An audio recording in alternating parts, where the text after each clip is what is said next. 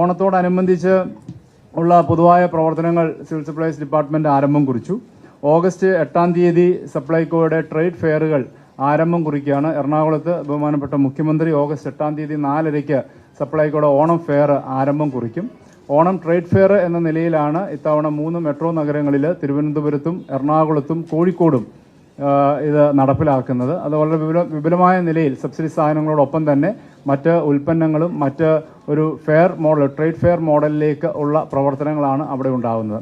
ഒപ്പം തന്നെ എല്ലാ ജില്ലാ ഫെയറുകളും 14 ജില്ലകളിലും ജില്ലാ ഫെയറുകളും എല്ലാ നിയോജകമണ്ഡല തല ഫെയറുകളും ആരംഭം കുറിക്കുവാനുള്ള നടപടികളാണ് സ്വീകരിച്ചിരിക്കുന്നത്. അതിൻ്റെ അകത്ത് നേരത്തെ ഉള്ളതിനേക്കാൾ നിയോജകമണ്ഡല ഫെയറുകൾ കൂടുതൽ കൃത്യതയോടെ നടത്തണം എന്നുള്ള തീരുമാനം എടുത്തിട്ടുണ്ട്. ഇപ്പോൾ ട്രേഡ് ഫെയർ വിപുലമാവുന്നു, ഒപ്പം തന്നെ ജില്ലാ ഫെയർ അത് കുറച്ചുകൂടി നേരത്തെ ആരംഭിക്കുകയാണ്. ഓഗസ്റ്റ് ആദ്യവാരം തന്നെ ഇതൊക്കെ ആരംഭിക്കുകയാണ്. ഓഗസ്റ്റ് 12-ാം തീയതിയോടെ 12-13 തീയതികളിലായിട്ട് ജില്ലാ ഫെയറുകൾ ആരംഭം കുറിക്കും. അവസാനത്തെ ഓണത്തോടനുബന്ധിച്ച് ലാസ്റ്റ് 6 ഡേയ്സ് ആയിരിക്കും നിയോജകമണ്ഡല തല ഫെയറുകൾ ഉണ്ടാവുന്നത്. ഇതുവഴി ഏകദേശം അരിയുടെ വിതരണം സിവിൽ സപ്ലൈസ് ഡിപ്പാർട്ട്മെന്റും സപ്ലൈകോയും വഴി 1,65,932 മെട്രിക് ടൺ അരി ഈ ഓണക്കാലത്ത് വിപണിയിൽ എത്തിക്കാനാണ് ഗവൺമെന്റ് ലക്ഷ്യം വെച്ചിരിക്കുന്നത്. അത് വിവിധ പദ്ധതികളോടെ നിലവിലുള്ള വിഹിതവും OMS സ്കീംസും ഒപ്പം തന്നെ ടൈഡ് ഓവർ വിഹിതവും എല്ലാം ഉൾപ്പെടുത്തിക്കൊണ്ടാണ് 1,65,932 മെട്രിക് ടൺ 2 ഡിപ്പാർട്ട്മെന്റുകൾ വഴി ഉള്ള വിതരണത്തിനായിട്ടുള്ള നടപടികൾ ആരംഭിക്കുന്നത്. സപ്ലൈകോയ്ക്ക് ഇത്തവണ ഞങ്ങൾ മറ്റൊരു നിർദ്ദേശം നൽകിയിരിക്കുന്നത് സെപ്റ്റംബർ മാസത്തെ സബ്സിഡി ഉൽപ്പന്നങ്ങൾ കൂടി വാങ്ങാൻ താല്പര്യമുള്ളവർക്ക് ഓഗസ്റ്റിൽ അത് വിതരണം ചെയ്യും. സബ്സിഡി അരി ഉൾപ്പെടെ നിങ്ങൾക്കറിയാം 8 കിലോയാണ് ഒരു കാർഡ് ഹോൾഡറിന് ഒരു മാസം കൊടുക്കുന്നത്. അങ്ങനെ കൊടുക്കുന്ന അരി സെപ്റ്റംബർ മാസത്തിലുള്ള വിഹിതവും കൂടി ആവശ്യമുണ്ടെങ്കിൽ ആവശ്യക്കാർക്ക് വാങ്ങാനുള്ള സൗകര്യങ്ങൾ ഓണത്തോടനുബന്ധിച്ചുണ്ടാവും. പിന്നീട് ഈ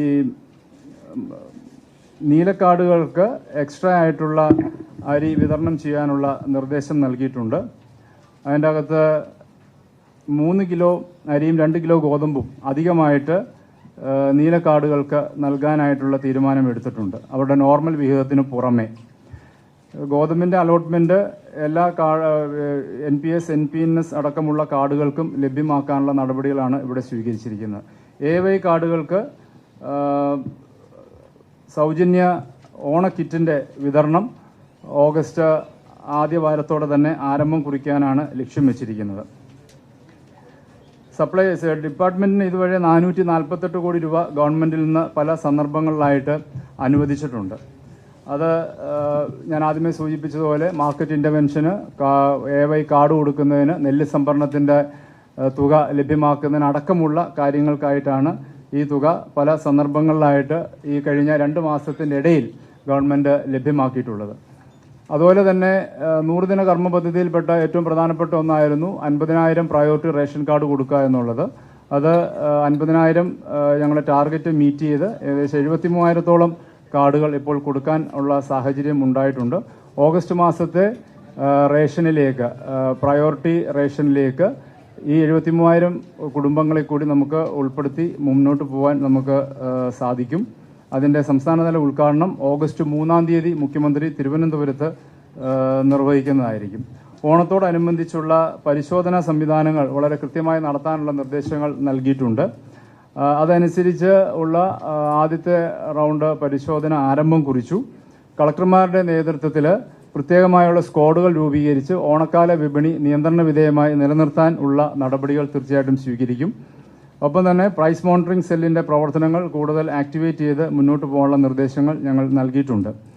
അപ്പോൾ അതിൻ്റെ അകത്ത് ഏതെങ്കിലും തരത്തിലുള്ള പൂഴ്ത്തിവെപ്പോ കരിഞ്ചന്തയോ അങ്ങനെയൊക്കെയുള്ള സാഹചര്യങ്ങൾ ഉണ്ടെങ്കിൽ അതിനെതിരെ കർശനമായ നടപടികൾ സ്വീകരിക്കണം എന്നുള്ള നിർദ്ദേശം ജില്ലാ സപ്ലൈ ഓഫീസേഴ്സ് നൽകിയിട്ടുണ്ട്.